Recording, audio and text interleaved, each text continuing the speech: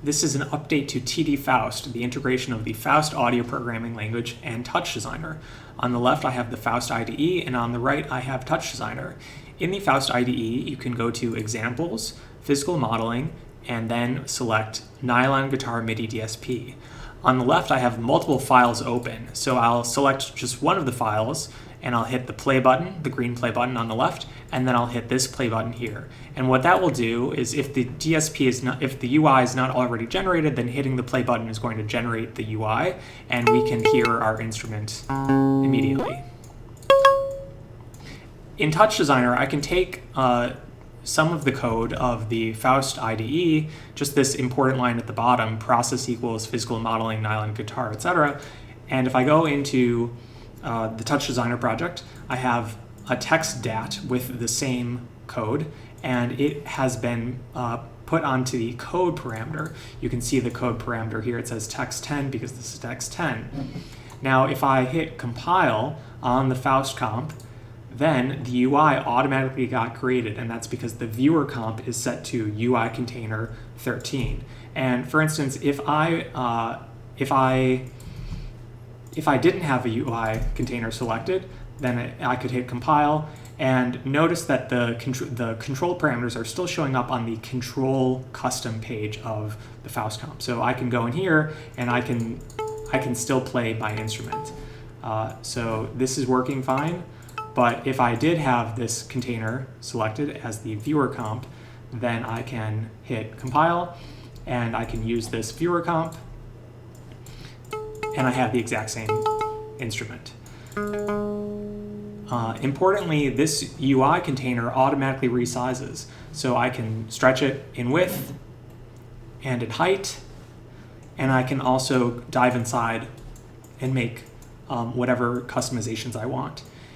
And speaking of customizations, all of these things that are inside this UI are widgets from the basic widgets library. So if you go to the if you open the palette on the left, if you go to UI, basic widgets, there are these widgets here.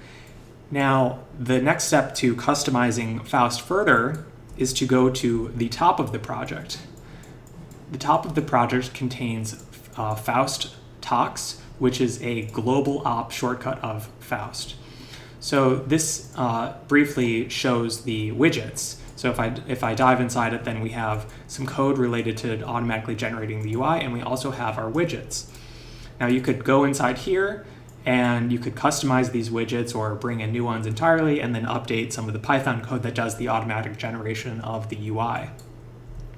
If you are starting a Faust-related project from scratch, what you should do is create your file .to or mynewproject.to, and you should, from the TD Faust repo on GitHub, take the toxes directory and copy paste it next to your new project.to.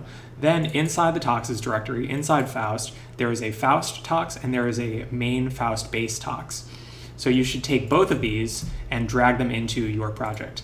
The main Faust base can be copy-pasted as much as you want. Each of those copies is going to be capable of doing audio processing just like one of these instances in the Faust IDE, and that's what I demonstrated at the bottom of the project down here. So the next step is to demonstrate more examples of what you can do with Faust inside TouchDesigner. So I have prepared a synthesizer example, which I'll play now.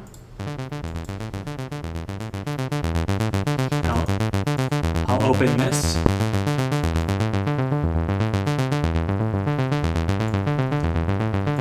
So I can do this riff, and notice that there's an effect tab. So the effect tab could be applied to all of the voices of the synthesizer after as a post-process effect. And this specific instrument doesn't have any post-process, so nothing shows up on that effect tab. But on this instrument, if I compile it, then I can go to the effect tab, and let's briefly listen to this. And this is a reverb, and I can apply the reverb to all of the voices of the synthesizer.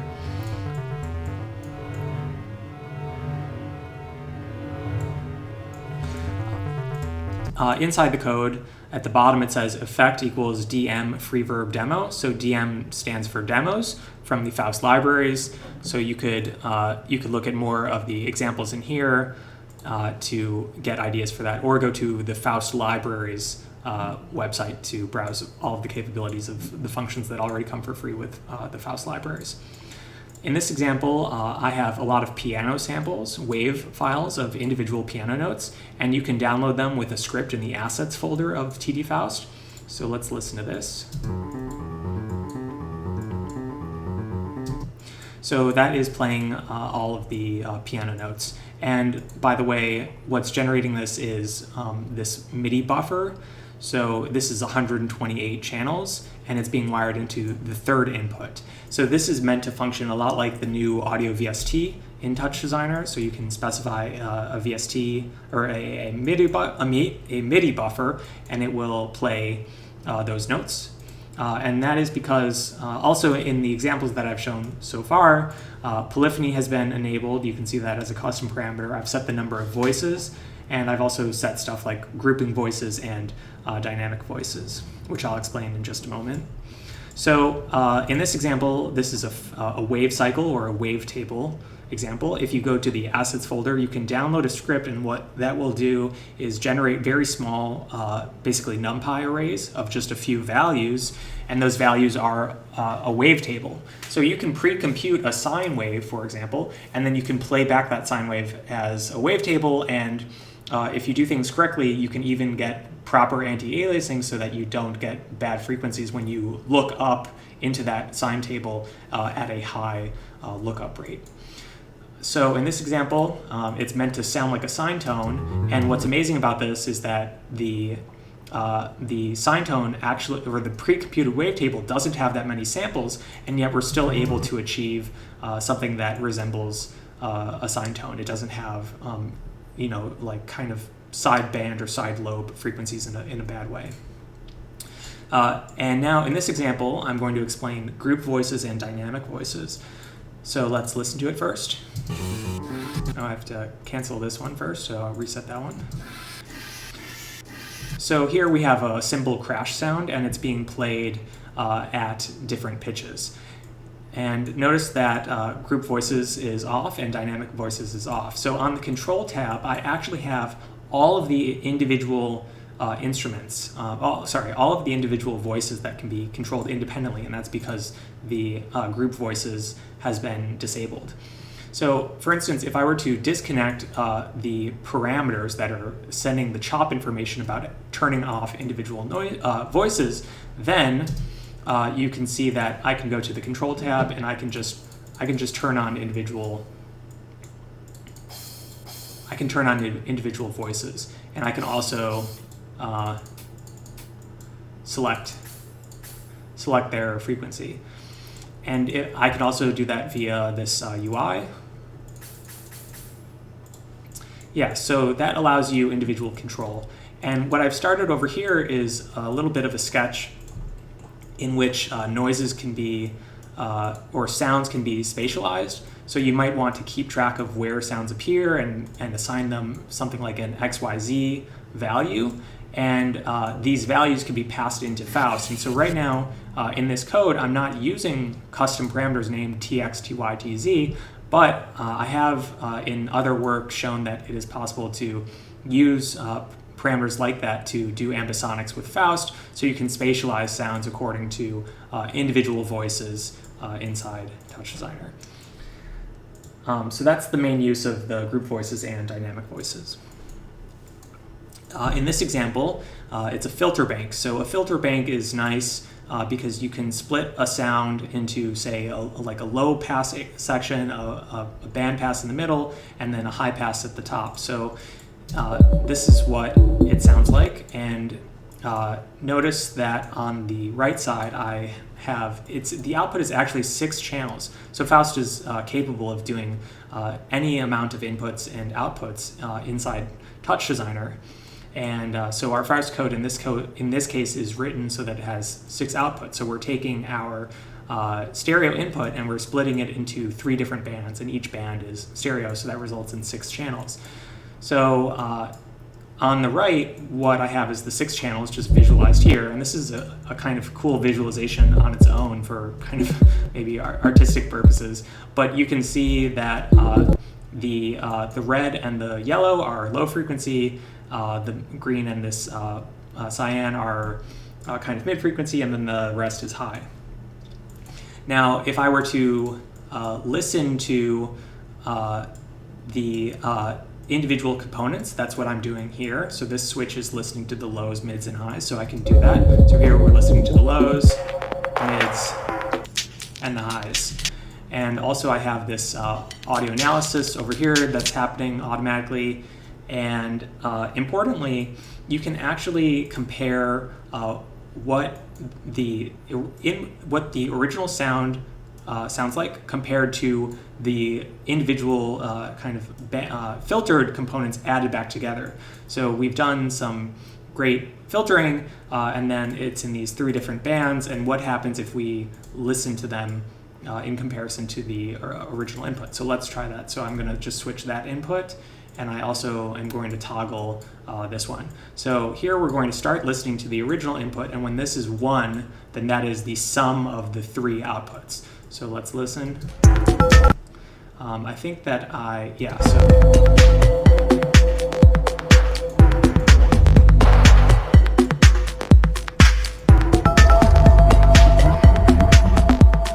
so hopefully I was doing that correctly, but there isn't perceptually a very big difference, but mathematically there is a minor difference in terms of phase information of the signal, but perceptually it's intended to not be a significant difference.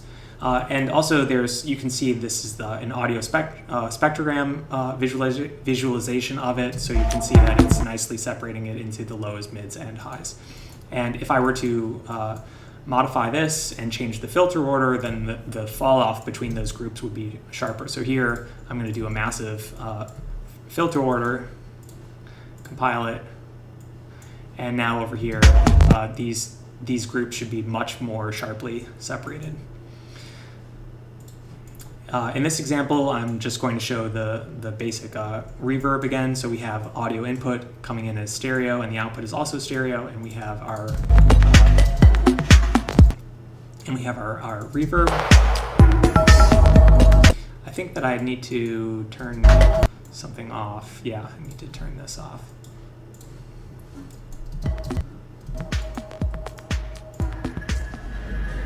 So there's our reverb. This is a MIDI hardware example, so you can do something like specify a MIDI control parameter and set it up so that you use a device, and that can activate notes and parameters. In this example, I have a pitch shifter. Sorry, I think I need to turn something off still. Yeah, oh, okay, so here we go.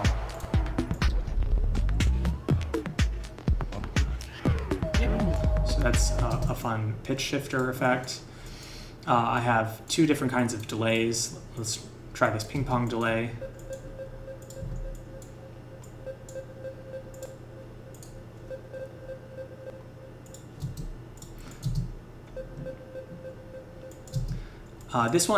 This ping pong delay doesn't actually use interpolated delay, so I prefer the example below. So let's listen to that one.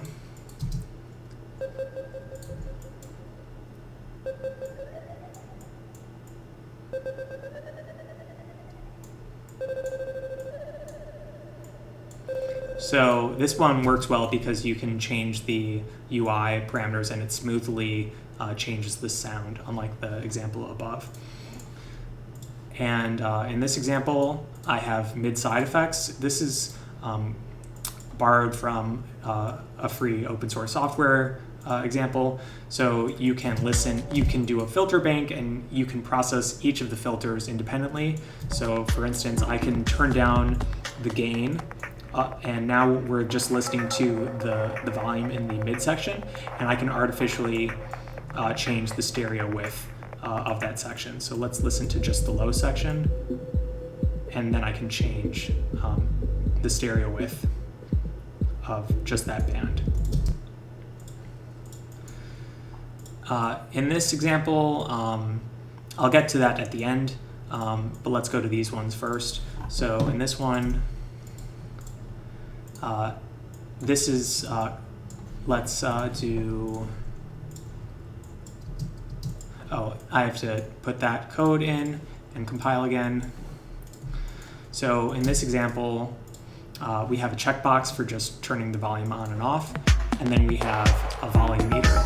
So the volume meters that work inside the Faust IDE over here also work inside TouchDesigner, and they're named according to how you name them. So this one says that the V bar graph is called level, and so the title at the top is level. Let's listen to the next example.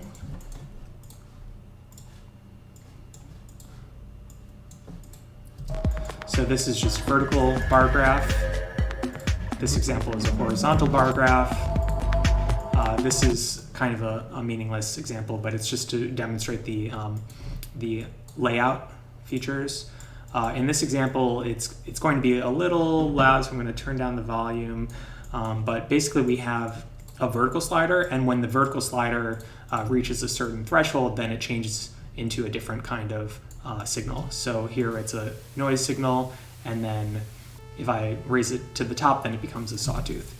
Now, in this example, which is a better version of that, then if I open my UI, I'm going to turn up the volume again. So here we have our noise, and it says signal noise, and I can have a drop-down menu for selecting different parameters. And that is because the code uses a style menu trick. And so you can read more about that by looking at the Faust documentation. So that makes that possible. So finally, I just wanted to demonstrate something that was covered in another video, and that is about the importance of control rate in Faust. So I was saying earlier too that this second input can be either 60 frames per second, or the rate of the project, or it can be audio rate, something higher like 44,100. So suppose nothing is connected as the second input, then you can dive inside the project and you can see that I think that maybe I would actually need to This seems to be holding on to the previous sample rate, even though nothing was connected, which is a little strange. So, okay, so now it's reset to 60 frames per second, and you can see that these parameters would come from the UI if the UI were generated. So it would be labeled volume, and this thing is 60 frames per second. But you can actually control the parameters, the control parameters, at higher than 60 frames per second. And so that's what this is demonstrating. So in this example, if I turn it on, then we are using a high rate modulator to control our volume parameter. And if I change it to a low sample rate modulation, then you can see that we actually get artifacts, kind of a steppiness in the output of the signal. So compare this steppiness where you can see visibly that the volume is only being adjusted once every 60 seconds. And so that leads each of these horizontal chunks corresponds to the window, 735 samples in a 1/60th of a second of video. So compare how this looks steppy, and if I switch it back to the smooth input modulating the volume, then it becomes this more continuous, less steppy version. So that's what this is demonstrating. And now in the next example, if I turn this one on, you can notice that the input is still 60 frames per second. So we still have this volume thing that's cooking at 60 samples per second. But the trick here is that what we've done is we have put a smooth operator. It is known as si.smooth or si.smoo. You can look that up more in the Faust libraries. And so that is going to do basically a one-pole filter to smooth out the signal. So in that case, even though the volume is being updated technically once every 60 times per second, it gets smoothed out inside Faust. And so this looks smoother than what, I'm going to switch to this one. So if I turn on this one, you can see that this looks smoother than this. So in a worst case scenario, it's basically important to smooth out your control parameters. So whenever you have something like an H slider, it's usually a good idea to put an si.smooth after it, or an si.smoo, a smooth. If you forget to do that, then you're going to have sounds that look steppy like this. So that was an overview of some of the latest changes and improvements to TD Faust. I hope that people are interested in making the widgets continuously better and trying it out and seeing what they come up with. And I'm happy to give you some ideas about how it can be used in projects. It can be used with multi-channel inputs and outputs. I think that's a great use. And ambisonics, you can look at some other open source ambisonics libraries that work well with Faust, and please get involved in the community and make awesome things with it. Thanks.